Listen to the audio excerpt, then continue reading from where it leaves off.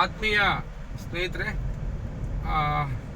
ಉಡುಪಿ ಜಿಲ್ಲೆಯ ಪ್ರವಾಸವನ್ನು ಯಶಸ್ವಿಯಾಗಿ ಮುಗಿಸ್ಕೊಂಡು ಶ್ರೀ ಕೃಷ್ಣ ಮಠದ ಉಡುಪಿಯ ಶ್ರೀ ಕೃಷ್ಣ ಮಠದ ಪರ್ಯಾಯ ಶ್ರೀ ಪುತ್ತಿಗೆ ಮಠದ ಶ್ರೀಗಳ ಸಂದರ್ಶನವನ್ನು ಮುಗಿಸ್ಕೊಂಡು, ಅದೇ ರೀತಿ ಕರಾವಳಿ ಭಾಗದ ಹಿರಿಯ ಜಾನಪದ ಕಲಾವಿದರುಗಳ ಸಂದರ್ಶನವನ್ನು ಮುಗಿಸ್ಕೊಂಡು ಅವರ ಜಾನಪದ ಬದುಕಿನ ಬುತ್ತಿಯನ್ನು ಗಂಟು ಕಟ್ಟಿಕೊಂಡು ಹೆಗಲ ಮೇಲೆ ಹೊತ್ತುಕೊಂಡು ಬೆಂಗಳೂರಿಗೆ ಬರ್ತಾ ಇದ್ದೀನಿ. ನಿಮ್ಮೆಲ್ಲರಿಗೂ ಅದನ್ನು ತೋರಿಸ್ಬೇಕು ಅನ್ನೋ ಕಾರಣಕ್ಕಾಗಿ ಆ ಪ್ರವಾಸ ಯಶಸ್ವಿಯಾಗಿ ಮುಗಿಯಿತು. ಆದರೆ ಈ ಯಶಸ್ವಿ ಪ್ರವಾಸವನ್ನು ಮುಗಿಸಿ ನಾನು ವಾಪಸ್ ಬರಬೇಕಾದ್ರೆ ನಾನೀಗ ಚಾರ್ಮಡಿ ಗಾರ್ಡನ್ನ ಹಾದಿಯನ್ನು ಸವಿಸ್ತಾ ಇದ್ದೀನಿ ಸ್ನೇಹಿತರೆ.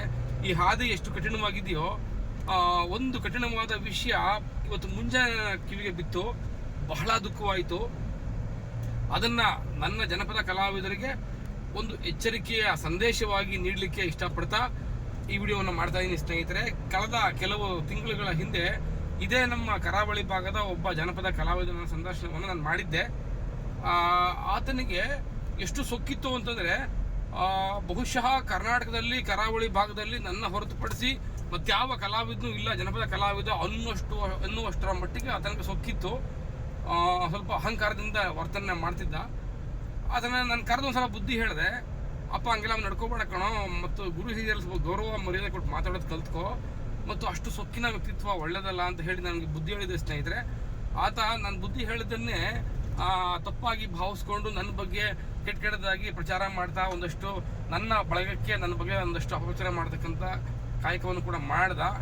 ನನಗಿಂತ ತುಂಬ ಕಿರಿಯ, ಇರಲಿ ಪರವಾಗಿಲ್ಲ, ತಪ್ಪು ಮಾಡೋದು ಕಿರಿಯರೇ, ನಾನು ಅದಕ್ಕೆ ಏನು ಬೇಜಾರು ಮಾಡ್ಕೊಳ್ಳಲಿಲ್ಲ. ಆದರೆ ದುರ್ದೈವ ಏನು ಗೊತ್ತಾ, ಇವತ್ತು ಬೆಳಗ್ಗೆ ನಾನು ಉಡುಪಿಯಲ್ಲಿ ಚಿತ್ರೀಕರಣದಲ್ಲಿದ್ದಾಗ ಒಬ್ಬ ಕಲಾವಿದರನ್ನ ವಿಚಾರಿಸಿದೆ, ಹೇಗಿದ್ದಾನೆ ಆತ ಅಂತ.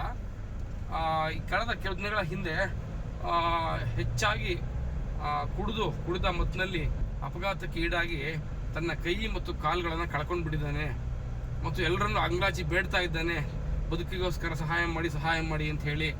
ಈಗ ಆತನ ಕೈಯಲ್ಲಿ ನೃತ್ಯ ಮಾಡೋಕ್ಕೂ ಆಗ್ತಿಲ್ಲ, ಹಾಡೋಕ್ಕೂ ಆಗ್ತಿಲ್ಲ, ಏನು ಮಾಡೋಕ್ಕಾಗ್ತಿಲ್ಲ ಅಂತ ತುಂಬ ನೋವು ಅನುಭವಿಸಿದೆ, ತುಂಬ ದುಃಖಪಟ್ಟೆ. ಗೆಳೆಯ, ನಾನು ಅವತ್ತನ್ನು ಕರೆದು ಹೇಳಿದ್ನಲ್ಲೋ, ನಾನು ನಿನ್ನ ಅಣ್ಣನ ರೀತಿ ಹೇಳಿದ್ನಲ್ಲ, ಕೂರಿಸ್ಕೊಂಡು ಹೇಳಿದ್ನಲ್ಲ, ನಿಮ್ಮೂರಿನ ಉಡುಪಿಯ ಹೋಟೆಲ್ನಲ್ಲಿ ಕರೆದು ನಿನ್ನ ಕೂರಿಸಿ ದೋಸೆ ತಿನ್ನಿಸ್ತಾ, ಕಾಫಿ ತಿಂದು ಕೂಡಿಸ್ತಾ ಮಾತಾಡಿ ನಾನು ನಿನ್ಗೆ ಏನು ಹೇಳಿದೆ, ಒಳ್ಳೆ ಬುದ್ಧಿ ಹೇಳಿದ್ನ ಇಲ್ವೋ ನಿನಗೆ? ಇನ್ನೂ ಮದುವೆ ಆಗಿಲ್ಲಯ್ಯ ನೀನು, ಇನ್ನು ಬದುಕನ್ನು ತುಂಬ ಸವಿಸ್ಬೇಕು, ತುಂಬ ಕಾಣಬೇಕಯ್ಯ. ಮತ್ತು ಕರ್ನಾಟಕದಲ್ಲಿ ಜನಪದ ವಿದ್ವಾಂಸರು ಅನ್ಸ್ಕೊಂಡ ದಿಗ್ಗಜರುಗಳು ಅನೇಕ ಜನ ಇದ್ದಾರೆ ಕಣಯ್ಯ. ನಿನ್ನ ಸಣ್ಣ ವಯಸ್ಸಿದೆ, ಅಷ್ಟೊಂದು ಸೊಕ್ಕಿನ ಮಾತುಗಳನ್ನ ಆಡಬೇಡ, ಅಷ್ಟಿನ ದಿಮಾಕನ್ನು ತೋರಿಸ್ಬೇಡ ಕಣಯ್ಯ ಅಂತ ಹೇಳಿದ್ದಕ್ಕೆ ಅವತ್ತು ನೀನು ಬೇಜಾರು ಮಾಡ್ಕೊಂಡೆ ಗೆಳೆಯ. ಇವತ್ತು ನನಗೆ ನಿಜವಾಗ್ಲೂ ಬೇಜಾರಾಗ್ತದೆ ಗೆಳೆಯ, ಮನುಷ್ಯ ಯಾಕೆ ಇಷ್ಟೊಂದು ದುರಹಂಕಾರಿಯಾಗಿ ವರ್ತಿಸ್ತಾನೆ ಅಂತ ಹೇಳಿ. ಏನಿವೆ, ನಾನು ನಂಬಿರ್ತಕ್ಕಂಥ ಜನಪದ ದೇವರು ಮಲೆ ಮಹದೇಶ್ವರ, ಮಂಟೆ ಸ್ವಾಮಿಗಳು, ಸಿದ್ದಪ್ಪಾಜಿ, ಬೆಳಗ್ಗೆ ರಂಗಪ್ಪ ನಿನಗಾಗಿರ್ತಕ್ಕಂಥ ಈ ನೋವನ್ನು, ಈ ಗಾಯಗಳನ್ನು ಆದಷ್ಟು ಬೇಗ ಶಮನ ಮಾಡಲಿ, ಉಪಶಮನ ನೀಡಲಿ ಅಂತ ಭಗವಂತನಲ್ಲಿ ನಾನು ಪ್ರಾರ್ಥಿಸ್ತಾ, ನಿನ್ಗೆ ಒಳ್ಳೆಯದಾಗಲಿ ಗೆಳೆಯ. ಜನಪದ ಕಲಾವಿದರಿಗೆ ಒಂದು ಎಚ್ಚರಿಕೆಯ ಸಂದೇಶ, ದಯಮಾಡಿ ಸೌಜನ್ಯಯುತವಾಗಿ ವರ್ತಿಸಿ. ನಿಮ್ಮ ಕಲೆ ನಿಮಗೆ ಎಷ್ಟೇ ದೊಡ್ಡ ಒಂದು ಕಲಾ ಶ್ರೀಮಂತಿಕೆಯನ್ನು ನೀಡಿದರೂ ಕೂಡ, ವ್ಯಕ್ತಿತ್ವದಲ್ಲಿ ಸ್ವಲ್ಪ ಅಂದ್ಕೊಡೋಂಕಾದರೂ ಕೂಡ ಬದುಕು ತುಂಬಾ ಸಮಸ್ಯೆಗೆ ಈಡಾಗ್ತದೆ ಅಂತ ಒಂದು ಎಚ್ಚರಿಕೆಯನ್ನು ನೀಡ್ತಾ, ವ್ಯಕ್ತಿತ್ವವನ್ನು ಸೌಮ್ಯವಾಗಿ ಮತ್ತು ಸೌಜನ್ಯಭರಿತವಾಗಿ ಕಟ್ಕೊಳ್ಳೋದ್ರ ಮೂಲಕ ಕಲಾ ಬದುಕನ್ನು ಯಶಸ್ವಿಗೊಳಿಸಿಕೊಳ್ಳೋಣ ಸ್ನೇಹಿತರೆ ಅಂತ ಹೇಳ್ತಾ, ಶಾಸ್ತ್ರೀಯ ಕಲಾವಿದರುಗಳಿಗೆ ಅವರದ್ದೇ ಆದಂತಹ ಗುರು ಪರಂಪರೆ ಇರ್ತದೆ, ಹಾಗೂ ಅವರಿಗೆ ಸೂಕ್ತವಾದ ಕಾಲಕ್ಕೆ ಸಮಯಕ್ಕೆ ಸರಿಯಾದಂತಹ ಒಂದು ಶಿಕ್ಷಣ ದೊರೀತಾ ಹೋಗ್ತದೆ.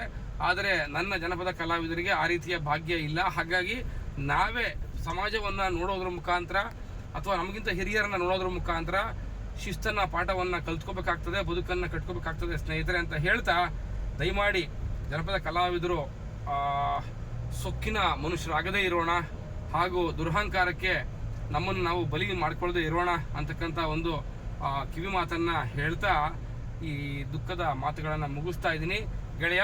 ನೀನು ಆದಷ್ಟು ಬೇಗ ಆರೋಗ್ಯವಂತನಾಗಿ ವಾಪಸ್ ಬಾಪ. ಒಂದು ಒಳ್ಳೊಳ್ಳೆ ವೇದಿಕೆಗಳಲ್ಲಿ ನಾನೇ ನಿನಗೆ ರೆಫರೆನ್ಸ್ ಮಾಡ್ತೀನಿ, ವಾಪಸ್ ಬಾ, ಚೆನ್ನಾಗಿ ಹಾಡು, ಕುಣಿ, ನಲಿ, ಜನಪದ ಸೇವೆಯನ್ನು ಮುಂದುವರಿಸು ಅಂತ ಹೇಳ್ತಾ, ಇನ್ನಾದರೂ ಇಷ್ಟಾದ ಮೇಲಾದರೂ ನಿನ್ನ ಹಳೆಯ ವ್ಯಕ್ತಿತ್ವವನ್ನು ಬದಲಾಯಿಸ್ಕೊಳ್ತೀಯ ಅಂತ ನಾನು ನಂಬ್ತಾ, ನಿನ್ನ ದೇವರು ಒಳ್ಳೇದು ಮಾಡಲಿ ಗೆಳೆಯ. God bless you.